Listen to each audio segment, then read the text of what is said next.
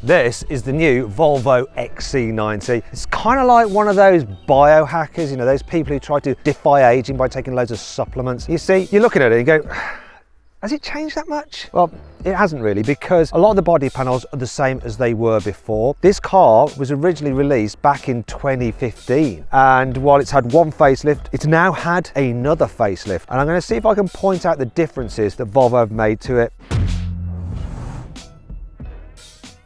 Now, before I do that, let me show you what the XC90 looked like before. This is me reviewing it for the first time back in 2017. And this is me reviewing the first facelift in 2023. And this is me reviewing the new facelift today. You can tell I haven't been taking anti-aging drugs, can't you? So let's see if old me can spot all the differences on this new car. Manufacturers often replace the entire bumper when they facelift a car, so they've done that here quite clearly. So all this part is new, all of this, anything's plastic here is new. They've also done the grille, and it's quite different to before. I think they've probably done the headlights as well. That often happens once again when a manufacturer facelifts a car. I think they might have done the bonnet. It just seems a little bit more smooth, and that crease is a bit different.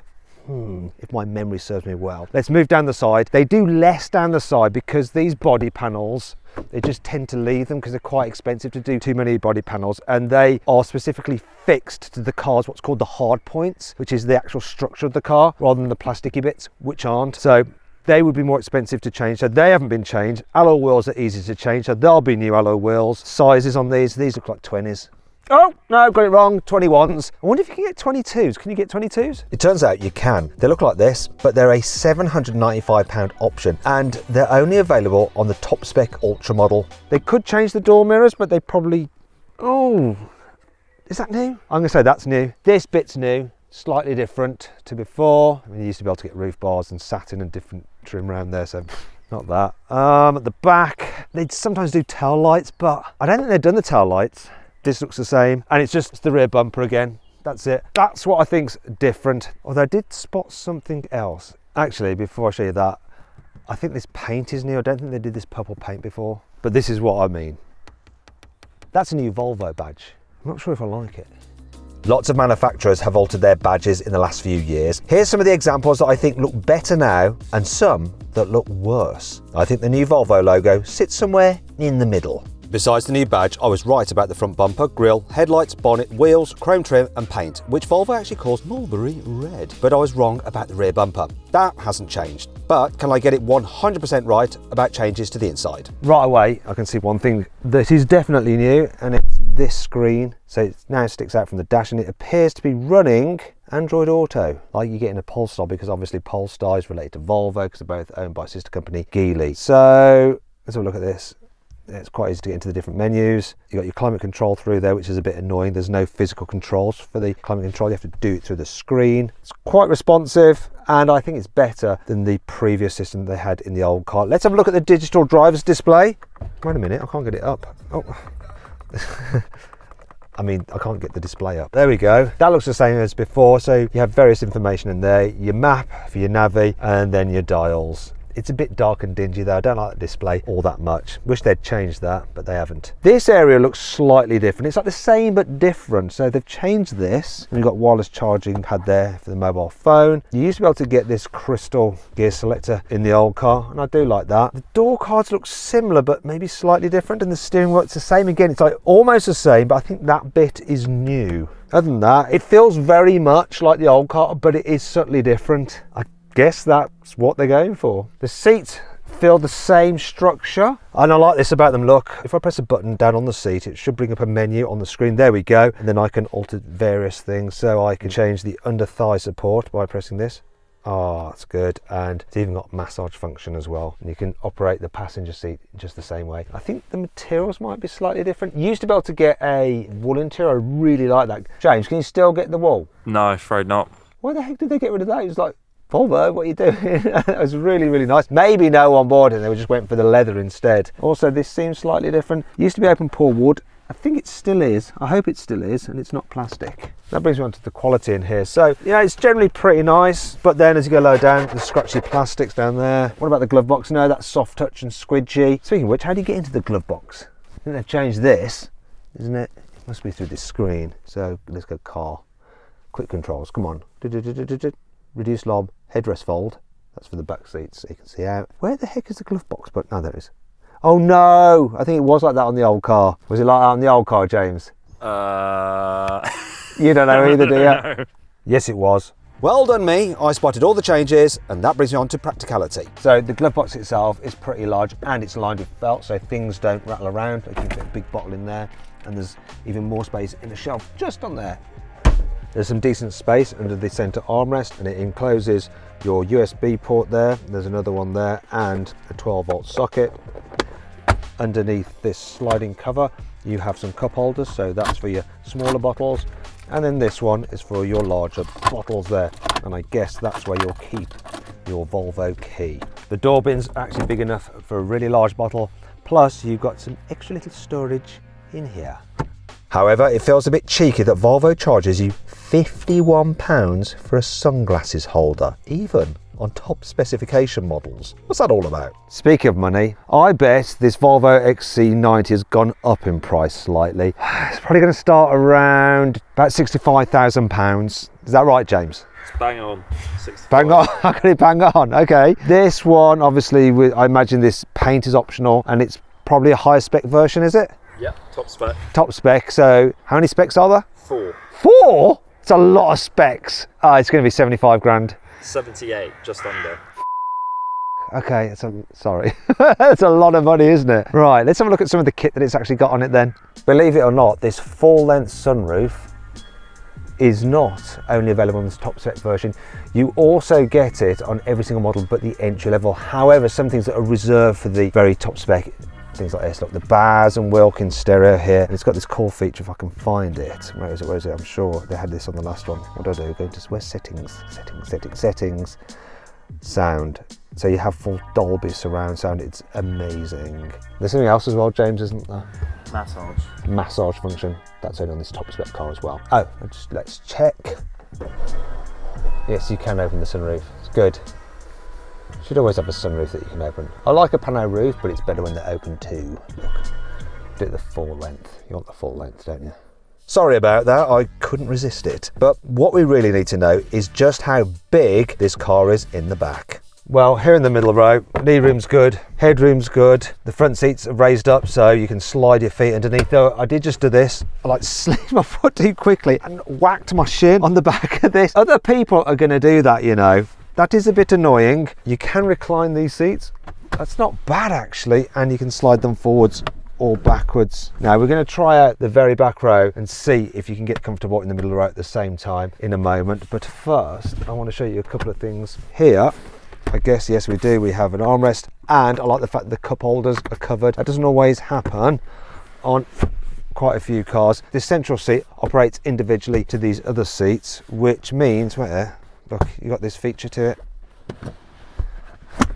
It's an inbuilt booster seat for your child, so you don't have to have one of those annoying booster seats. Let me just put that back in because it's a bit of a faff. There we go. Can I fold this down separately? I should be able to. Where's the toggle? There it is, look. So you could have 2 people at either side and then carry longer items through there if you wanted to. Put that back. Oh, we've got some storage nets here on the seat backs. We've got individual climate control here in the back and heating for the outer 2 rear seats. Door bins, pretty large. Quality extends all the way back here. That feels nice. And the question is, do the rear windows go all the way down? I'm guessing they do. They will, look, yep. Plus you've got this inbuilt, sun blinds, which is handy if you have small children. Speaking of which, it's dead easy to lift a big child seat through the back doors. The Isofix anchor points are very easy to get to, but the shape of the front seats means you might have to slide them forwards a little bit before you attach a bulky rear-facing child seat such as this. But what's the middle row like for big babies? So this middle seat looks quite narrow and feels fairly firm, and yeah it is, but it's okay. But let's see what it's like here in the middle with a person either side. So Lewis, would you mind just jumping in, and James, you jump in as well. See what it's like for carrying 3 in this middle row. Is this a true 7-seater? Well, actually, it's all right, isn't it? It's pretty good. It's okay, and we've got plenty of knee room and foot space and stuff. Let's try it in the very back row. So, James, you stay there, and if you wouldn't mind just jumping out, Lewis, see what it's like climbing in the back. So, here we go. Ow, I just whacked my elbow on there. I have just about got enough knee room, just about enough foot space. Okay, my head is just touching that bit of the roof lining, but with my usual slouch on, it's all right. And these seats are raised up. Look at that. So I'm not feeling like I'm sat on the floor. And there's a cup holder here. What else? We've got a little storage area, some ventilation, thank goodness. That's okay. Can you just slide these chairs forward just a touch? So you still got enough knee room, right? Can you do this one as well? It's probably in the middle. There we go. I mean, look at that. Are you okay there like that? Yeah, I'm all right. Look, Lewis, do you want to just come in here? Okay, you're going to need that slid forward a bit. It's not so good for you, is it? Shows how short my legs are. Look at your tree trunks. But how far could you go like this? Yeah, it's not too bad. I could go a distance. Okay. I think it's a bit of a win, really. So the XC90 has pretty decent space in the third row, but if you're willing to pay a bit more, there are some 3-row SUVs out there with even more room in the back, including the Land Rover Defender 130, which has 8 seats in total. Click on the pop-out banner or scan the QR code on screen now to see my full in-depth video review of that car. Even with 7 seats in place, the boot capacity is all right. I'm guessing that kind of space looks about 300 litres, is that right, James? 302. It's pretty close. Oh, look. Looks like this car is fitted with air suspension because you can raise and lower it by pressing these buttons. Do you get that on all trims? You can't get that on all trims, not even the entry-level one. Not the entry level, but the other models. Let's operate it then. Oh, it's releasing some wind. That actually goes quite a bit low. Look at that. It's going to make it easier to load things into the back, isn't it? What other features have we got in here then? What's this? This must be some kind of hook. Yeah. Now I usually do it with a takeaway. I put it in the boot on the hook so it doesn't like slide around and spilling meal everywhere. We've got another one on the other side actually. Look over there. What else have we got in here? Ah, look. That sign makes me think that it has hands-free tailgate opening. Does it work? I've got the key here. Oh, it's raising the suspension up again. Go on, work. No, work. These things can be so temperamental. Come on. Oh, there we go. It's not a kick, it's a waggle. Right, let's fold down these rear seats. There we go. That is a lot of space. And there's plenty of room. Plus, look, flat load lift with this scuff plate here. Although it's funny that they're called scuff plates because you don't want to scuff that because it's metal. So that is a big space. That's got to be getting on for 700 litres. 708. Once again, pretty close. So what else can I see in here? I want to fold down the middle row. I'm going to have to go round, unfortunately. The release will be here. Go on, floppy. I like the way the headrests go down. This I have to pull onto this tag. Ah!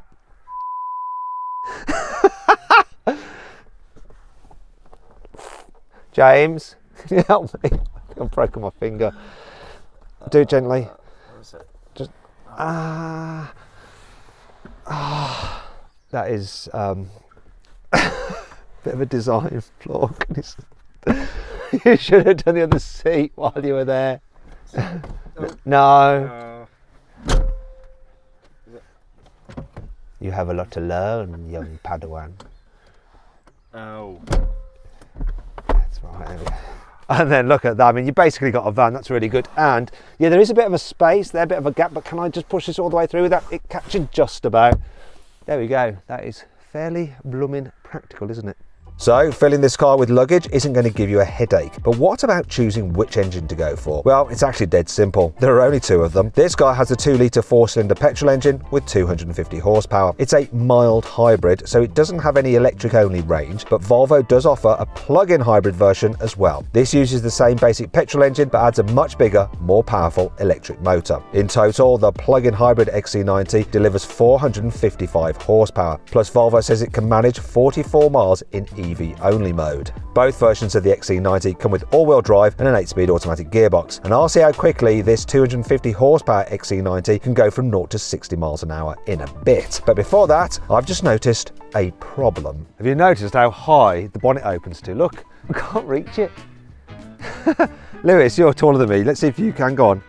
Wait a minute, that looks like you're doing some kind of questionable salute. I've got an idea. Druge, yeah, come here, mate. Actually, no, go on all fours. That's it.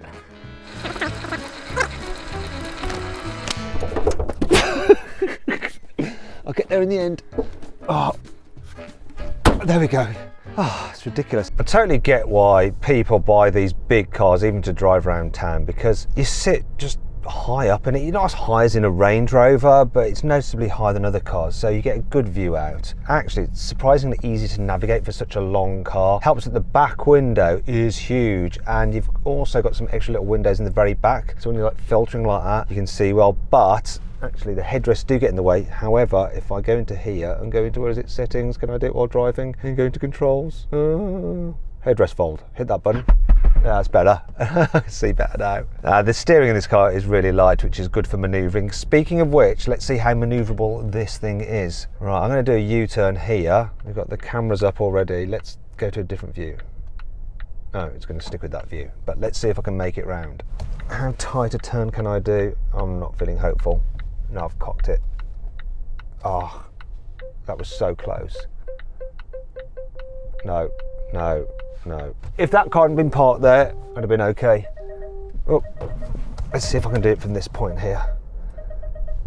Yes. Oh, yes. There we go. This surround view camera is standard on all versions except the entry-level Core model, where it's a £695 option. But I reckon it's worth the extra cash because a scrape bumper and a few curb wheels could easily set you back more than £700 to fix. All this tech really does help. You can see this is a little bit dirty, it needs a clean. Let's see if it cleans when I wash the rear wiper. Does it clean it? No. No, it doesn't have rear clean. Although it looks like it's weeing, doesn't it? Look, it looks like the car's weeing. Look, on the camera. Anyway, I'm getting distracted. This road's really smooth, so I can't really test the suspension, but what I can tell so far is that it feels pretty good. All models, apart from the entry-level car, get air suspension as standard, and air suspension is usually very comfortable. It gives a car an air of luxury, which is what you want at this price point, right? One thing I have noticed is that when you're pulling away, this petrol model is a little bit gruff. It's like, it sounds like a diesel. Now, if you have the hybrid version, when you're just mooching around town, most of the time you are going to be running on electric power at these low speeds, as long as you've got charge in your battery. And at these low speeds, you really can't tell the gearbox changing gears at all. It's very, very smooth. There's a big bump there. Fine. I'm one of the few people in the world that actively looks for potholes and manhole covers to drive over to test a car's suspension. Yeah, it's okay. It's not the best for these type of cars, but it's okay. It does enough to feel like a premium car. Right, I'm cruising at about 40 miles an hour. I'm going to floor the throttle, see what the pickup is like. Here we go, in 3, 2, 1, go. 40. Oh, that took a while to kick down, but then it just smacked the gear home and we're off, and that is 70. Initial hesitation, but once it was on it, it was on it. This 2-litre petrol seems quick enough to me. I wish it was a 2-litre diesel though, because then I'd have better economy. This thing is actually only turning 24 miles to the gallon. It's supposed to do around 32 or 33. I haven't been driving it particularly hard either. I'm a bit disappointed by that. What I'm not disappointed about though is what this car feels like at high speed. It's reasonably comfortable, there's not too much wind noise. All you really get is a bit of noise from the tyres. However, it doesn't feel quite as planted at speed as something like a BMW X7. That just like sucks to the road. This is a bit more like, ooh, I'm Swedish. Right, let's check out the handling. Gonna go into sport mode. Such a small button to press when you're driving. Suspension feel firm. There we go. Firm for the steering. Ugh. Why don't they just have a sports mode? What's that all about? Does it feel firm? A little bit firmer? The steering is quite vague. There's not much feel to it, but people who buy these cars aren't going to care because you're going to be carrying children and they'll all be whining, going, I feel sick, Daddy, stop it. Actually, this bit of road is quite bumpy. Let's put the suspension back in soft. It's a bit better, though I don't think it deals with the bumps as well at speed as an Audi Q7. Also, it doesn't handle as well as an Audi Q7. That feels a bit more fun to drive, though, you know, still not the most fun car in the world, is it? Obviously, it's a big 7-seat SUV. But if you want to watch my full in-depth video review of the Audi Q7, click on the pop-out banner up there or scan the QR code on screen now. How about this corner? This could be hard for it. Oh, no, it grips and goes round. So it went round that corner at the speed limit. You don't need to be going faster than that. You're going to get told off by your wife or your husband or your partner or whoever. Yeah, definitely a bit more lean in the bends than the Audi. Plus the brakes just seem a little bit more sensitive. So a little tickle and they're like, ugh. A little bit over-assisted. I wonder if Volvo profiles its customers and they've all got very weak right legs. Can't press the brake pedal very hard. Need a lot of help. That was really odd then. There seems to be like a dead place in the throttle where nothing really happens. Yeah, the throttle pedal doesn't seem that responsive. Sometimes you can get left in like that. It's changed up even though I'm applying pressure to the throttle pedal, which should tell it not to change up. That's not great. And I think that's the thing with this car. The controls just aren't quite as natural feeling. Steering, the brakes and the throttle pedal just have this disconnect where it means that the car doesn't quite do exactly what you want it to do, like the very best of the Germans do. And as a result, they just feel a little bit more sophisticated and like there's been more money spent on how they feel to drive. Will most buyers of these cars care? Probably not one bit. But me as a motoring journalist, it bothers me. Okay, I figured out what happened. This car uses the radar system from its automatic cruise control to let you know if you're getting too close to the car in front. If you are, you get a little warning in the heads-up display, and it dulls the throttle pedal, so it doesn't let you accelerate to get any closer unless you really want to, so you have to press the pedal a little bit more and then it does let you accelerate, and that was what was giving it this kind of weird dead feeling. However, my complaint still remains. The response from the engine, the response from the steering and the response from the brakes still aren't as good as the Germans. Okay, so it's not quite as bad as I thought. Volvo says this XC90 will do 0 to 60 miles an hour in 7.7 seconds, but what would it really do? There's no launch control in this Volvo, obviously. Just going to brake boost it, left foot on the brake, for the throttle. Let it rip. Oh, it's quite noisy, this engine. Seems quick enough. 7.54 seconds. Obviously it would be a different story if you had someone in every single seat. But what about when it comes to stopping? Well, I expect a modern car to stop from 60 miles an hour to 0 in about 35 metres. But this is a big 7-seater that's almost 1.8 metres tall and weighs over 2 tonnes. So how would it do? 3, 2, 1. Oh, all my weight on the pedal. Oh, the seatbelt absolutely pulled me back in the seat there like that. Thought I was having an accident. Whoa, and the car stopped so well, 34 metres. That was impressive. This thing will keep your family safe. They're all about safety on their Volvo. On here, it says since 1959. That's because Volvo invented the 3-point safety belt and they didn't patent it so that everyone else could use it because they're kind like that. So then what's my final verdict on the new Volvo XC90? Should you avoid it, consider it, shortlist it, or just go right ahead and buy it? Well, I reckon you should shortlist it. It really is a good practical family car.